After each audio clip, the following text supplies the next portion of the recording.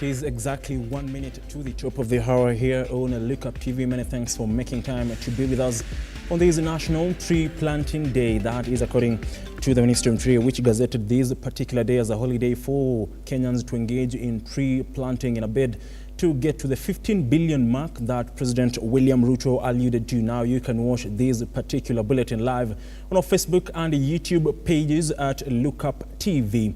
Now we begin with matters tree planting, and President William Ruto on Monday led the tree planting exercise in Makueni County as the nation marks National Tree Planting Day. Ruto and his cabinet led the exercise in different parts of the country as the administration targets to plant at least 15 billion trees by the end of its term. President Ruto earlier on spoke at the United Nations office in Gigiri here in the capital Nairobi during the opening of the third session of the Intergovernmental Negotiating Committee on Ending Plastic Pollution, where he emphasized on the importance of greening the nation. We have a special working day. We are all working but planting trees in Kenya. It is not a holiday as such. It is a special working day. And we are committed that today we are going to plant 100 million trees in Kenya today.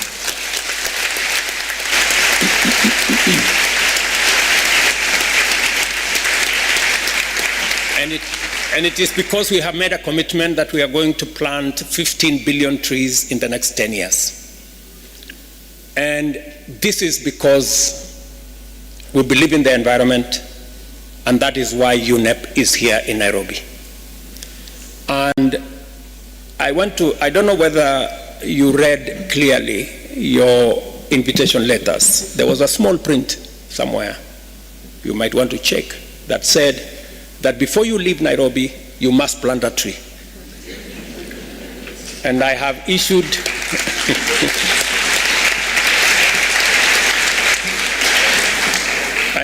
very firm instructions that nobody leaves the airport until they have planted their tree. So please plant your tree. And I will ask you to do one more thing. When you plant that tree, because we need to look after it when you leave, please download either in the Apple Store or in Android an app. It's called Jaza Miti. Jaza Miti, let me give you the word, J-A-Z-A, that is Jaza, and then Miti, M-I-T-I. Download, take a picture, it will go into our website, we will know where the tree is, and we will look after it when you have planted.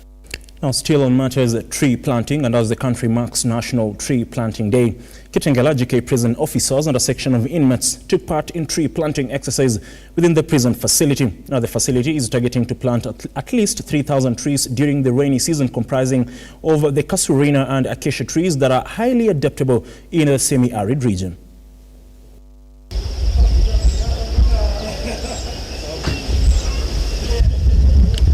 Siku ya leo ambayo ni tarehe 13 mwezi wa 11 2023, tumejiunga na Wakenya kote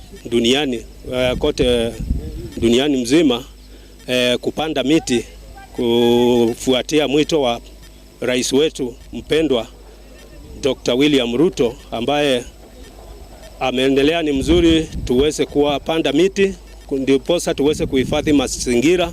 Kwa hivyo sisi kama jamii ya Kitengela Prison tumejiunga na Wakenya wenzetu kupanda miti. Katika Kajiado County tunapanda miti aina ya casuarina na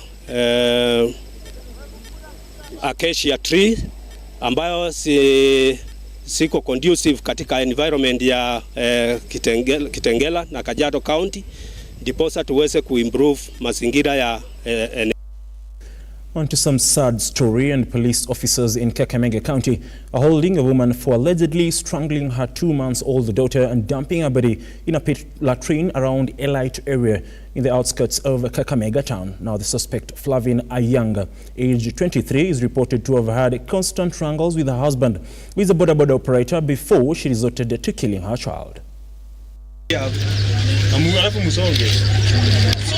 Akawacha mtoto, mzee wake akalala naye mpaka Wednesday. Wednesday kitu saa 6 saa 7 akarudi. Kurudi akalala Thursday, Friday jioni akatoka tena. Na kutoka kwenye alitoka, hatujui kama alikuwa na mtoto ama hapana. Sasa kumbe huyu msichana ako na bwana Ikonyero huko, kijana wa tuktuk. Alikuwa anatoka, wakati alitoka kwa nyumba hapa, akaenda kwa mwanaume huko Ikonyero. Na kumbe alikuwa ameua mtoto, na kumbe ametupa kwa choo hapa na sisi hatujui. Akasema mtoto alikufa, lakini sasa nimemweka tu huko nyumbani kwa choo. Ndio wakakuja na yeye hapa, mama anawaambia hapana. Musiambie polisi, muache tu ikuwe maneno yetu polepole, alafu tufanye nini? Tumalize. Huyo msichana hakuna siku achapwi. Huyo shemeji yangu anafanya bodaboda. Msichana hata ukiuliza majirani, ni kijana anatembea na mkate hivi. Huyo msichana hakuna siku amelala njaa. Anakula, anakunywa. Naitwa Lauren Mkabana. Mtoto mwenye amekufa hapo ni mtoto wa ndugu yangu. Niko na uchungu sana. Mwenye ameua mtoto ni shemeji yangu. Na alinyonga ndiye akarusha ndani ya choo ndani. Nikasirika sana na yeye. Nikasirika.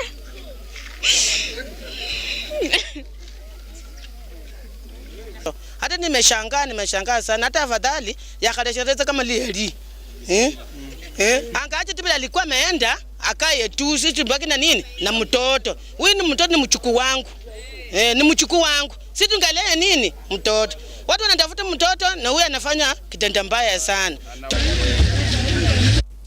Now, Basic Education Principal Secretary, that is Dr. Bele Kipsang, has affirmed that junior secondary schools will still be domiciled in primary schools as it has been. Speaking while supervising the distribution of KCSE exams in Kisumu County, the PS stated that the government will push for sharing of resources as the laboratories between JSS and day secondary schools are adjacent to each other. We are all aware the Presidential Working Party completed its work. We are now at the tail end of completing the sessional paper, which will go to Parliament, so that it will guide us in the way that we are going to implement the Presidential Working Party. We have implemented quite a number of them. We are all aware we have domiciled junior school in our primary schools. That is what the Presidential Working Party recommended to us, and that is what we shall do and continue to do. We have already had the new funding model for our universities, which we are implementing. And there are quite a number of things that the Presidential Working Party recommended to us. And as soon as we are through the sessional paper, there will be a number of legislations that will be amended. There may be one or two new ones so that it can assist us in implementing the Presidential Working Party. The only thing I would want to affirm is that the junior school is domiciled in our current primary schools. And we shall continue to consolidate them. We are putting in some resources together with the CDF to ensure that we have adequate classrooms in grade 9 in 2025 in our current primary schools where junior school is domiciled. We are also working with CDF and other partners to ensure that we have integrated resource centers which will be useful for us in our sciences. But meanwhile, we are encouraging ourselves that let's share the facilities that we have. If there is a junior school next to your high school, you can share with them some of your facilities so that they can be able to move forward. Now, still on matters education, and the Kenya National Examination Council has cautioned candidates sitting for their KCSE exams to be cautious of fake exam papers being circulated in various social media platforms. NEC CEO, that is Dr. David Njegere, has confirmed that the examination papers being circulated on social media platforms are not genuine and only meant to deceive those sitting for KCSE. He said the new guidelines which were put in place are working well, adding that this year the council is determined to conduct exams in a manner that will guarantee credible results. Does that decree, the Lord we cried. I can assure you with absolute confidence, there is no single genuine paper that can circulate on those social media platforms. What they're having there is fake papers. What they do, as the PS explained last week, like now the first paper will start at 8. So some of those social media fellows, they will collude with somebody somewhere, and they will look for an image of that paper which is being done. They will try to share it on Telegram. Fortunately, we are working with the Ministry of ICT, and all those cases have been neutered. So there is no effect even on social media. We have deployed adequate helicopters to that place, even parts of Kitui, Mutito especially, and we have deployed helicopters even this morning to make sure that there is no delay in the administration of the examination. Two witnesses.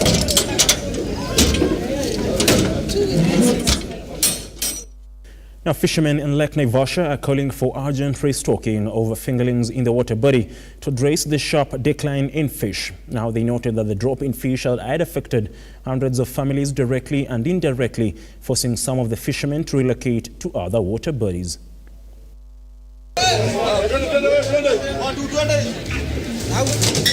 Tungependa serikali itutolee msaada kwa hiyo hasara tumeenda ya miaka 2, kwa sababu iko kwenda kwetu tulikuwa mapenzi yani ya kutafuta hustling, kujilea wenyewe. Hiyo boti moja inasaidiaga watu kama 1000. Sasa ukiangalia hiyo boti 150 zote zimeshikwa, unaweza angalia watu wote wenye wala njaa, ni hasara tu. Tungeomba msaada kwa serikali tukumbuke, na bado tuongezee mbegu kwa Lake Naivasha ndio tusiame tena. Maslahi tungetaka serikali tuangalilie hii, sababu yenyewe ile Lake Naivasha inasaidia karibu milioni 7 ya watu. Boti zilishikwa kwa sababu wakati samaki ziliisha hapa Naivasha, watu waliweza kukimbia na Nakuru wakati mvua ilinyesha na maji kaweza kuruka nje. Kwa hivyo watu walipata samaki ziko huko, na watu waliweza kuhamisha boti hapa wakaenda mpaka Nakuru kuvua kujitafutia riziki. Tunashukuru sana kwa hao, ile kazi wametufanyia tunashukuru. Nafikiri vile mnaona hapa boti zimefika na zingine ziko kwa njia na maloli zinaendelea na kukuja, na tumefurahi zaidi kwamba hiyo shughuli imetukosti pesa mingi, lakini tunashukuru mara ya mwisho sasa tumebahatika na tumepata mali yetu. On to matters politics, and Embu leaders have been asked to end the political bickering, infighting and segregation along clans and political lines, and instead focus on uniting the region and bringing development. Now, speaking during the funeral of a late Minister Mary Mbogo at SCK St. James Church, Mayori in Mbeere South, SCK Diocese of Mbeere Bishop, that is Moses Masamba, called on leaders from Mbeere and Embu in general to work as a team.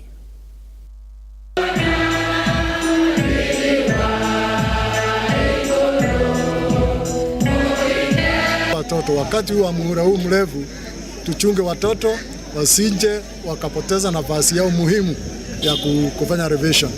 Hii ndio wakati wa kujipanga vizuri, ile masomo mtu alikuwa amebaki nyuma afanye catching up na masomo, ndio akifungua shule mwaka unaokuja awe ako sawa na anaweza kuendelea na masomo, kwa sababu atakuwa amefanya makeup, ile tunaitanga makeup. Na msifikirie mambo ya pombe, kwa sababu hizo vitu mtakunywa leo na kesho mpaka mtakuwa mtembei vizuri. Kwa hiyo namuomba katika Embu County watoto wote wakati wa likizo mweze kufikiria mambo ya vitabu, mweze kufikiria mambo ya kanisa, mweze kufikiria mambo hata ya kusaidia familia zenu nyumbani, wazazi wetu, ndio muwe watu ambaye ni leaders wa kesho.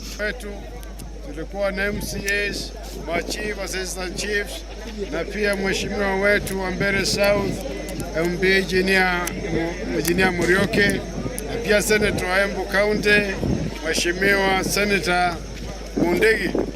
Na pamoja tumekumbuka mbele ya Yesu kutuacha alituombea umoja. Akasema tusiposomesha watoto, maendeleo haitafika kwetu nyumbani. Ile maendeleo inaletwa na serikali ya county, inaletwa na serikali kuu, yote ni ya community. Lakini tukitaka maendeleo tufikie nyumbani, individual, hiyo italetwa na watoto wetu.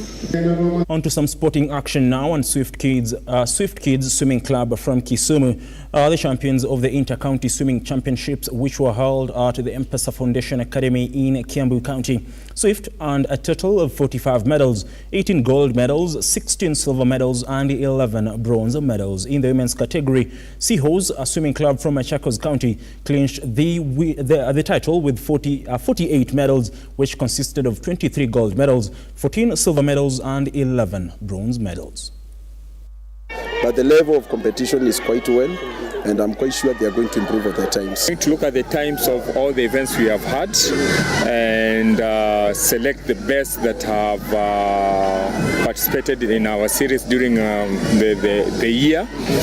These are the swimmers who are going to form the Kiambu County team. Why are we forming this team? Number one, we want to have a team that consistently trains together to represent Kiambu County in national and international events. As it is, we can see a very bright future moving forward. For the fact that now with the sponsorship coming in, we expect to do more when it comes to our programs and all that.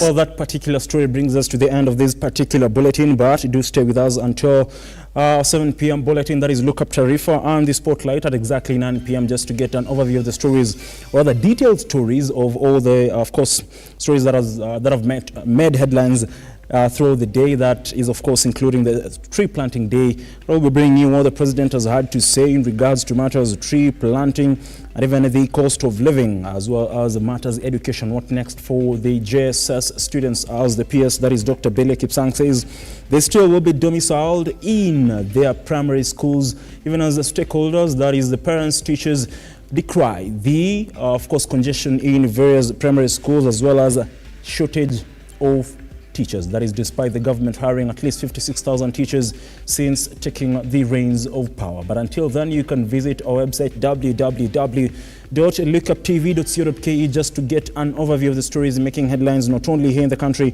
but as well across the borders. But until then, do have yourself a wonderful evening, and like always, God bless.